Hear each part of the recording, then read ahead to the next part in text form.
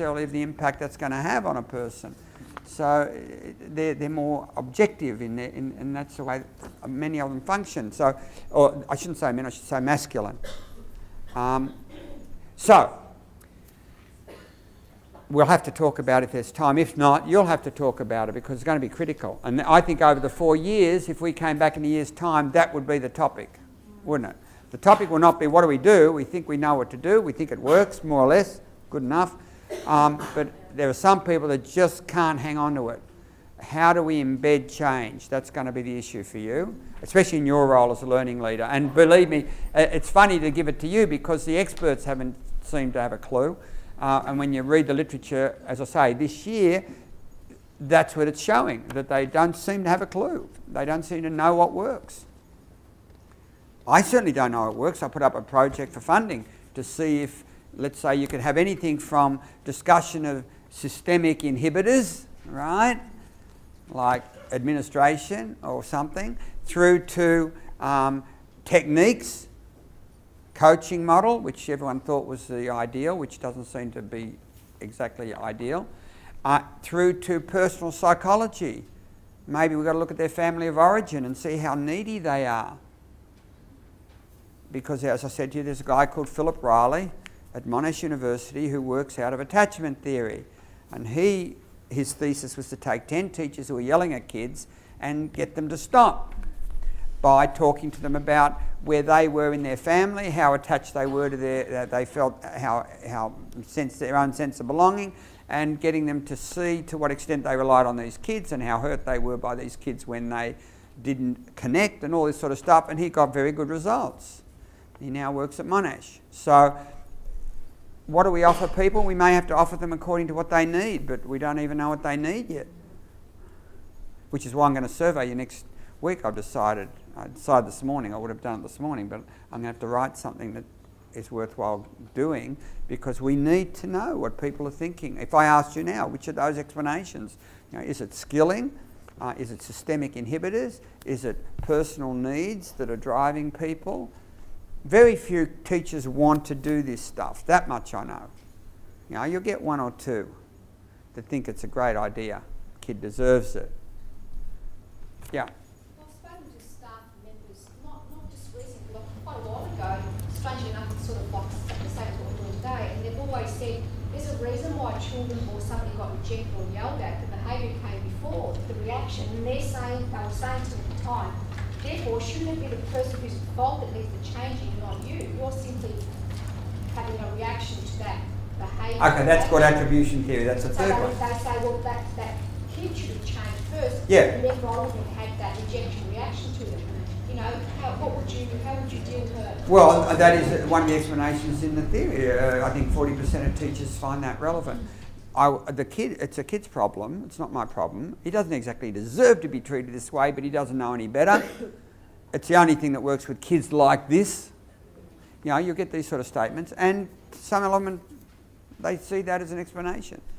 Now, you'd have to see, if I thought you were always like that and deserved it, but I could see you in another setting where you were not like that, then I would have to re-examine my understanding of you.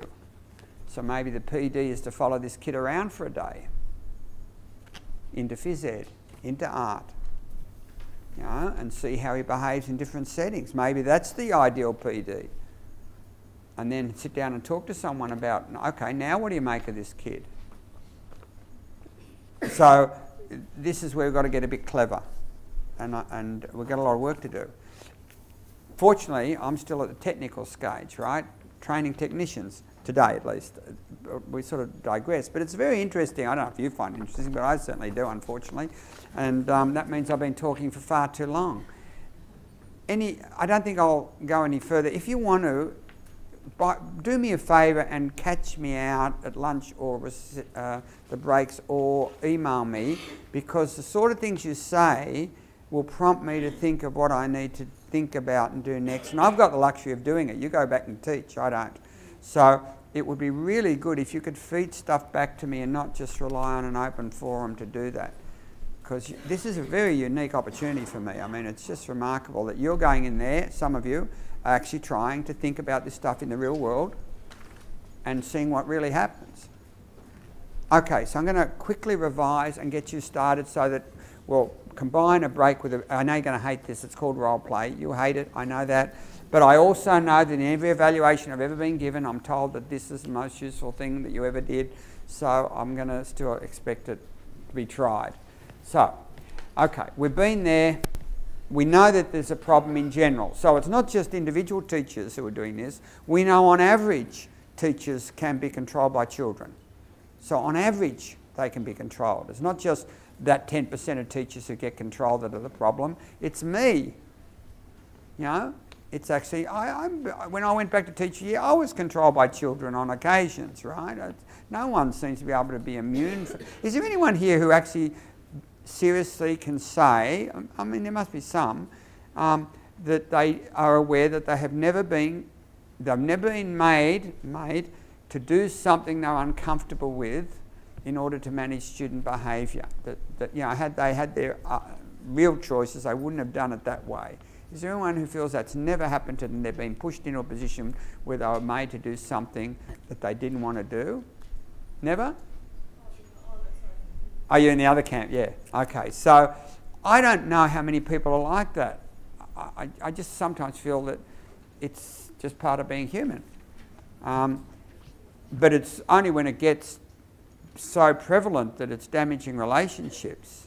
In other words, there's not enough on the positive side to balance that I think kids are sort of missing out. That's how our parents get away with it. You know, if the kids we taught, we could also feed and clothe and wash and take out to the park, we'd probably manage beautifully. One of the things that I've noticed is that, you know, sometimes you just have a bad day. Yeah. And if you do lose it with the kids, I've actually sat down with them afterwards and said, oh, hey guys, that's a really wrong way for me to actually think with that. Yep. But I'm really frustrated and I'm having a bad day and blah, blah, blah, blah, blah. Even though that's a challenge for me, I think that still gives them an insight into the fact that, number one, I'm human, and also two, that I have to process my strategies, and sometimes I don't get it right, and therefore I need to work on it as well. And I think that's a bad thing. And an integral part of that is to let them know where you are coming from, because what they'll do is the ones who have self-doubt they will assume you meant to hurt them, because they assume people try to hurt them. So the minute you say, look, I really regret what I did, I mean, I did it for the right purposes, people were not allowing others to work, so that's where I was coming from, but the way I handled it was really wrong because I got a bit too excited about it. That's really productive, because they say that the worst thing can happen is that if you don't state your assumptions, people will think the worst. Especially C and D kind of kids or behaviour patterns, they think the worst. So if I, even in the stuff we're doing, if I say, look, please don't speak, and I might even say it like that, which is relatively reasonable, please don't speak, they're going to hear, I don't like you, please don't speak. Right? So unless I'm really overt and say, look, your talking is distracting people, first, get that assumption out there, therefore, please don't speak, then they're going to think the worst. So the more overt you are in any of this stuff we're doing about where you're coming from, assuming it's from a good place, you know, assuming it's from protecting the rights of others, then the better. Okay, I'll come back to you in a minute. So we're now down to this technique stuff. So we've been there, we've been through, and see, I've got to change that, don't I? That should say 4 kinds of student behaviour, or students' behaviour patterns, or 4 kinds. It's not students, and I shouldn't do that. And I'm now realising I fixed the book a little bit. If you look at it, you'll see in the early chapters I make that very clear, but I can't find a shorthand. So if anyone's got a clever way of doing it, let me know. But it's not students, it's the way they're behaving. Otherwise, how could I say you can go from one category up, you know?